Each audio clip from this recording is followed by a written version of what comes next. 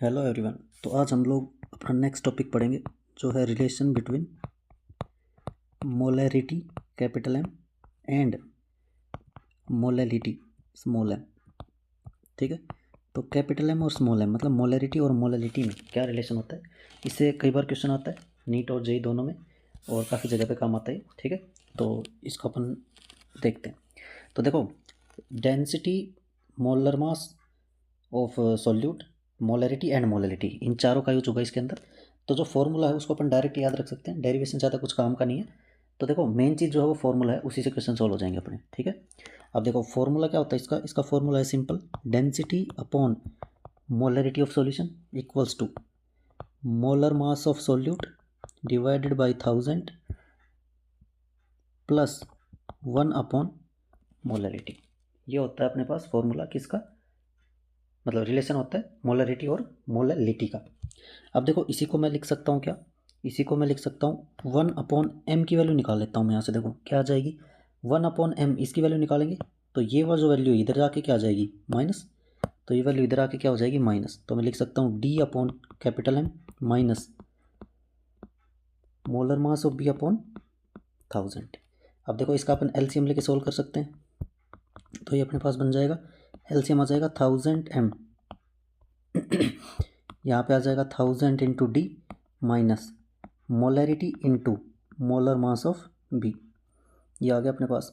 अब इसको मैं पलट देता हूँ, देखो 1 अपॉन एम है, इसको अगर मैं एम लिख दूँ मतलब इसको जस्ट इन्वर्स कर दिया मैंने, तो ये भी ऊपर चला जाएगा, वो आ जाएगा 1000 M divided by 1000 D minus molarity into molar mass of solute. ठीक है, ये अपने पास फॉर्मूला आ चुका है मोलैरिटी और मोलैरिटी के बीच में रिलेशन का। ठीक है, डी जो है यहाँ पर वो है डेंसिटी ऑफ सॉल्यूशन, ये सॉल्यूशन की डेंसिटी है।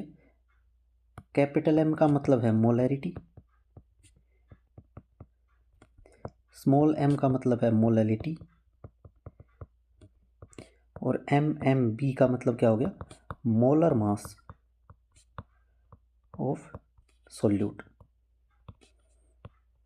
ये अपने पास फॉर्मूला आ गया है। तो देखो ये जो फॉर्मूला है ना, इससे आप मोलैलिटी दे रखी हो तो मोलैरिटी निकाल सकते हो, और मोलैरिटी दे रखी हो तो मोलैलिटी निकाल सकते हो। ठीक है, आप अपन इसी के बेस पे क्वेश्चन करके देखते हैं। ठीक है, देखो अगर मान लो अपने पास एग्जांपल है कि कैलकुलेट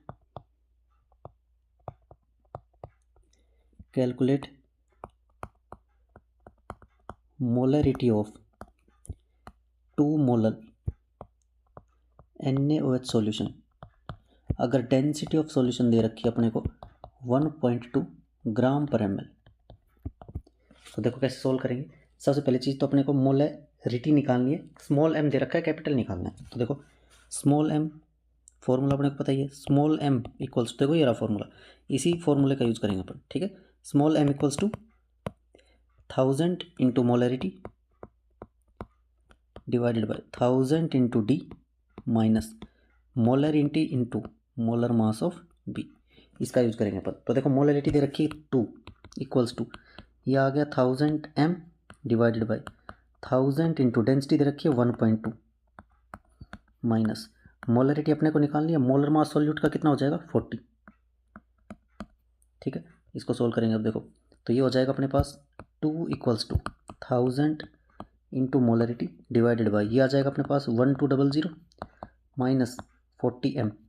तो यहाँ से सोल्व करेंगे तो ये इधर जाके मल्टीप्लाई होगा, 2 इंटू 1200 तो आ जाएगा 2400 minus 80m equals to 1000 into molarity. देखो इसको जब सोल्व करोगे तो ये हो जाएगा 2400 इक्वल्स टू, ये 80m उधर जाके प्लस हो जाएगा तो 1080m बन जाएगा यहाँ से। तो देखो कैपिटल M की वैल्यू कितनी आ गई, मोलैरिटी की वैल्यू 2400 डिवाइडेड बाई 1080, इसको अपन सोल्व कर लेंगे। ठीक है, तो देखो इसको सोल्व करोगे, एक जीरो से एक जीरो खत्म, इसको थोड़ा सा सिंप्लीफाई कर लो, ये आ गया 120 और नीचे आ जाएगा 546027, तो 60/27 अप्रोक्स आ जाएगा। तो मोलैरिटी आ जाएगी 60 डिवाइडेड बाई 27, तो 60/27 ये अपने पास वैल्यू आ चुकी है इसकी। ठीक है। इसको और ज़्यादा सिंप्लीफाई करना चाहो तो और भी सिंप्लीफाई कर सकते हो, मतलब इसको डिवाइड भी कर सकते हो। अगर इसको डिवाइड करोगे तो इसको डिवाइड करके देख लो कितना आएगा। मोलरिटी इक्वल्स टू ये आ जाएगा 2.22 मोल पर लीटर। ये अपने पास आ चुकी है क्या, मोलरिटी गिवन सॉल्यूशन की। ठीक है, तो अगर आपको ये समझ में आ गया है तो क्वेश्चन करेंगे आप एक। अगर अपने पास है 0.5 मोलर NaOH सॉल्यूशन और इसकी डेंसिटी है 1.5 ग्राम पर ml, तो आप मेरे को मोलैलिटी निकाल के बताएंगे, मतलब स्मॉल m की वैल्यू निकाल के बताएंगे। ठीक है, इसको करके और आंसर कमेंट में लिख देना। ठीक है, ओके। अब देखो ये क्वेश्चन मैंने आपको लास्ट क्लास में दिया था, इसको मैं सोल्व करके दिखाता हूँ। मोल फ्रैक्शन ऑफ सॉल्वेंट बताना है, मोलैलिटी दे रखी है। तो देखो मोलैलिटी और मोल फ्रैक्शन रिलेशन अपने को पता ही था। Molality equals 1000 into XB divided by 1 minus XB into molar mass of solvent. अपने को मोल फ्रैक्शन ऑफ सॉल्वेंट निकालना है, मतलब XA की वैल्यू निकालनी है। तो पहले XB निकाल लेते हैं अपन। तो मोलैलिटी है 0.5 इक्वल्स टू ये हो जाएगा 1000 इंटू XB डिवाइडेड बाई ये हो जाएगा 1 माइनस XB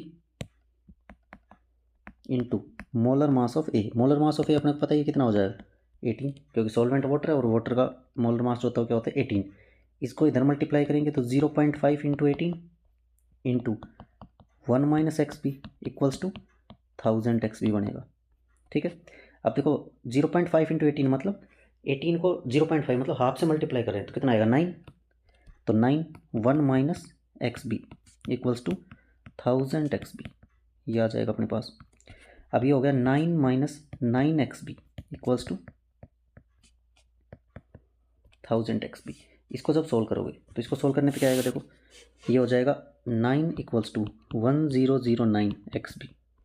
तो XB की वैल्यू क्या आ गई 9 डिवाइडेड बाई 1009, पर अपने से पूछा XA, तो XA क्या आ जाएगा 1 माइनस XB, क्योंकि बाइनरी कंपोनेंट है, मतलब बाइनरी सॉल्यूशन है। तो 1 माइनस 9 अपॉन 1009, तो ये आ जाएगा 1009 माइनस 9 डिवाइडेड बाई 1009। तो XA की वैल्यू आ चुकी है 1000 डिवाइडेड बाई 1009। ठीक है, इसको अपन सोल्व कर लेंगे, आंसर आ जाएगा। यूनिट लेस क्वांटिटी है तो कोई यूनिट नहीं आएगा आंसर में। ठीक है, तो जिसका क्वेश्चन गलत हुआ उसको डरने की ज़रूरत नहीं है, वापस से गलत नहीं होनी चाहिए और प्रैक्टिस कीजिए अच्छे से। ठीक है, तब तक के लिए अच्छे से पढ़िए। ओके।